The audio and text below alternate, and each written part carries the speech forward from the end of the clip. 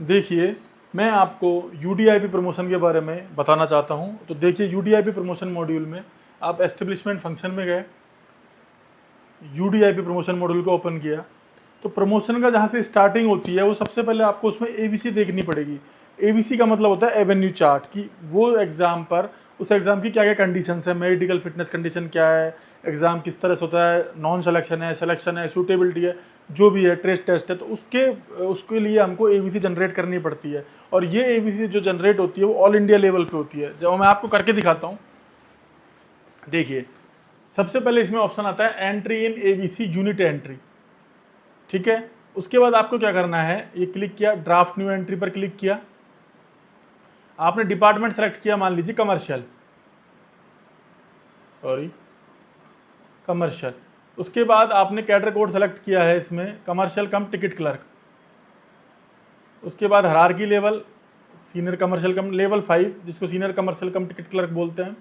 Intake type PQ 100%, इसमें promotional Kota 100% होता है। इट मीन्स कि इसमें सूटेबिलिटी होती है। लेवल 3 जो कमर्शियल कम टिकट क्लर्क हैं वही लेवल 5 में प्रमोट होते हैं आफ्टर 2 ईयर्स, 2 साल के बाद। तो मोड ऑफ क्लासिफिकेशन इसमें आएगा नॉन सिलेक्शन, इसका मतलब कि ये सूटेबिलिटी है, आप इसको मेक ए जोनल वेरिएशन कर दो। सेलेक्ट टाइप सूटेबिलिटी, उसके बाद पैनल फॉर्मेशन। अब देखो इसमें आप जो भी जोनल के अंदर जितनी भी एबीसी बनी हुई है वो आपको शो हो जाएंगी। इसमें एक ईआर की बनी हुई है, एक एसआर की और एक एनसीआर की। तो मैंने एनसीआर की ओपन की तो उसमें वो सारी डिटेल दिखा देगा कि सूटेबिलिटी है, सूटेबिलिटी बेस्ड ऑन अपार बेंचमार्किंग है, रिटर्न एग्जामिनेशन नो, सब नो कर रखा है, बाकी जो भी चीज़ है। अपार ग्रेडिंग यस है, अपार बेंचमार्क रिक्वायर्ड टू क्वालिफाई, मतलब कि 8 नंबर आपके होने चाहिए प्रमोशन के लिए।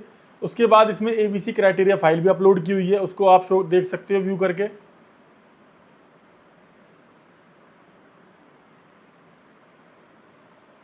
आप ये देखो इसमें सारा लिखा हुआ है, इसमें जो भी है सब कुछ इसमें, जिस उससे related commercial senior commercial cum ticket clerk से रिलेटेड जो भी है सारे डॉक्यूमेंट इसमें अपलोड किए हुए हैं, उनको आप देख सकते हो।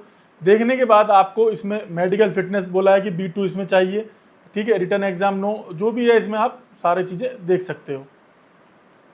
तो ये तरीका होता है आपको एबीसी का। अगर एबीसी नहीं बनी हुई होती तो आपको उसमें सारी चीज़ें डालनी पड़ती खुद से, कि क्या ये रिक्वायर्ड है या नहीं है, एबीसी क्राइटेरिया डिस्क्रिप्शन क्या है, एबीसी क्राइटेरिया क्या है, डिपार्टमेंट सेलेक्ट करते हैं, वो भी सब चीज़ें इसमें आपको डालनी पड़ती। मिनिमम एज इसमें रिक्वायर्ड है या नहीं है, मैक्सिमम एज है या नहीं है, ट्रेनिंग रिक्वायर्ड है या नहीं है, तो सारी चीज़ें इसमें डालनी पड़ती हैं, ठीक है।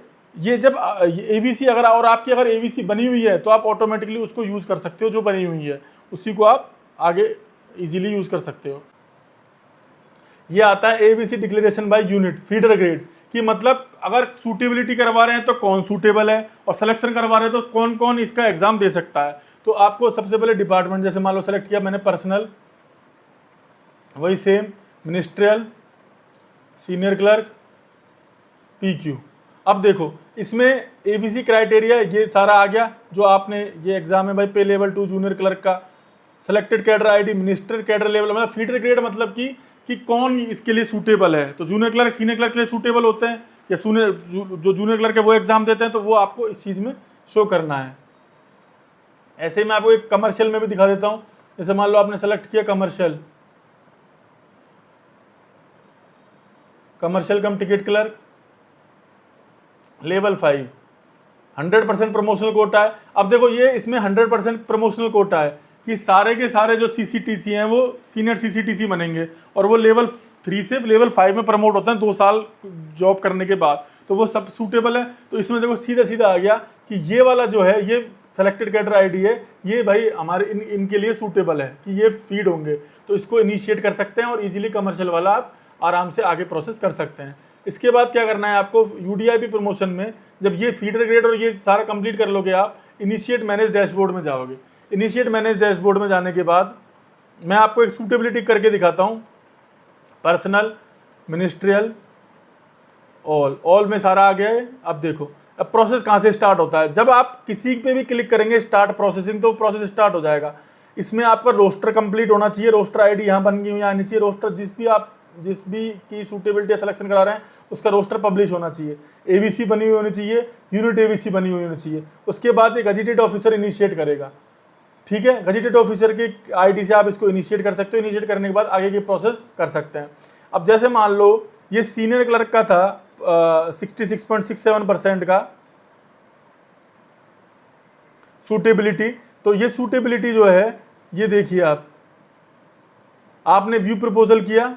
व्यू प्रपोजल में देखो सबसे पहले वैकेंसी असेसमेंट होता है जो रोस्टर के द्वारा होता है।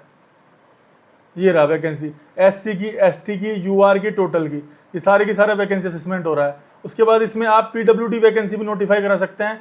Category A, category B, category C है, कैटेगरी डी एंड ई है। जो लोकोमोटिव डिसेबिलिटी है और कोई सी डिसेबिलिटी है, उनके पार्ट होते हैं। आप आरआरबी का नोटिफिकेशन देखेंगे तो उसमें आप इस चीज़ को समझ पाएंगे। तो वो आपको वैकेंसी नोटिफाई करानी है। उसके बाद एबीसी की जो डिटेल है कि किस क्या सूटेबिलिटी है, रिटर्न एग्जाम होगा या नहीं होगा, पैनल क्या है, सूटेबिलिटी है, supplement, seniority after passing the qualifying examination, ये पैनल फॉर्मेशन का मेथड है। उसके बाद यूनिट एबीसी की डिटेल्स हैं। जो फीडर ग्रेड होता है ना, यूनिट एबीसी मतलब फीडर ग्रेड, जो कौन सूटेबल होगा। ये जब आप ये वाला प्रोसेस कंप्लीट कर लेंगे असेसमेंट का, उसके बाद आता है ZOC, zone of consideration. Zone of consideration में कि आपके पास ये आ जाएगा कि कौन कौन सूटेबल है इसके लिए। पूरी आपकी लिस्ट इसमें पब्लिश करनी होती है आपको। जब ये लिस्ट आप ये जितने भी कैंडिडेट हैं ये सूटेबल हैं, ठीक है। जब ये सूटेबिलिटी लिस्ट आ जाएगी, उसके बाद आपको क्या करना है,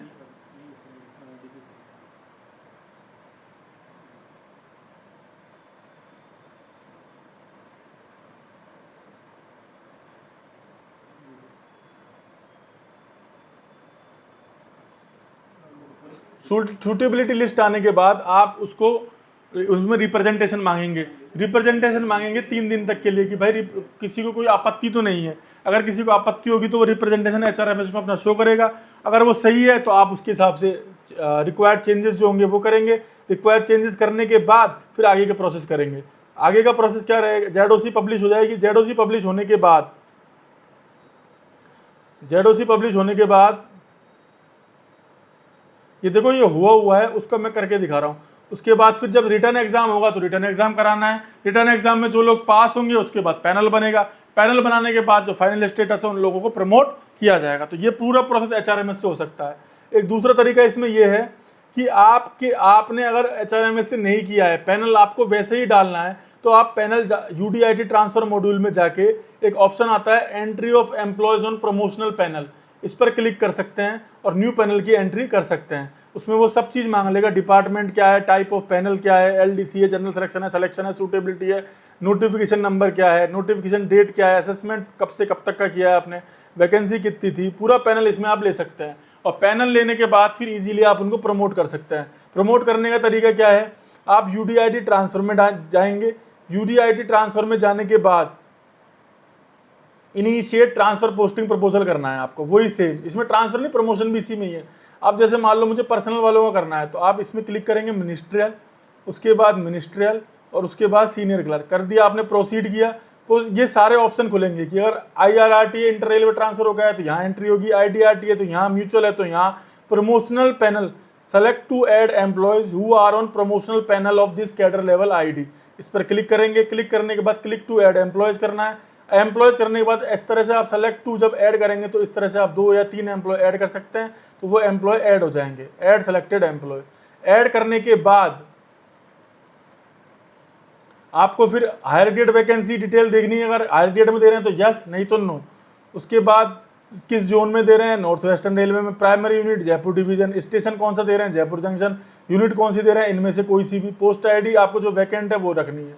उसके बाद इसमें अगर एम्प्लॉय ने रिक्वेस्ट की है तो उसकी एप्लीकेशन आप इसमें लगा सकते हो। DR का डॉक्यूमेंट लगाना है, विजिलेंस का डॉक्यूमेंट लगाना है, और उसके बाद इनिशिएट अप्रूवल प्रोसेस। उसके बाद वही प्रपोजल स्टार्ट होगा।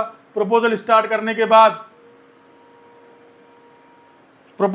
करने के बाद आपको वही BO से अप्रूव कराना है और उसके बाद प्रमोशन ऑर्डर्स इशू करने हैं। ये तरीका आपका UDIP प्रमोशन का है। और अगर इसमें कोई प्रॉब्लम आए तो आप पूछ सकते हैं। Thank you so much. तो मैंने आपको आज UDIT ट्रांसफर और UDIP प्रमोशन मॉड्यूल के बारे में बताया। अगर आपको कोई दिक्कत हो तो आप मुझसे कांटेक्ट कर सकते हैं। जयपुर डिवीज़न में पर्सनल ब्रांच में आई एम वर्किंग। और उसके बाद जितना ज़्यादा आप HRMS से वर्क करेंगे तो प्रॉब्लम्स कम आएंगी, क्योंकि यदि HRMS से प्रमोशन मॉड्यूल या ट्रांसफ़र मॉड्यूल नहीं यूज़ किया जाएगा तो आपको कैडर ID असाइन होने में एम्प्लॉय की दिक्कत आएगी। रोस्टर में नाम नहीं आएगा, सीनियरिटी में नाम नहीं आएगा। तो जितना हो सके ये वीडियो आप लोगों को शेयर करें, एम्प्लॉयज़ को शेयर करें, ताकि वो HRMS को यूज़ करके काम कर सके। Thank you so much.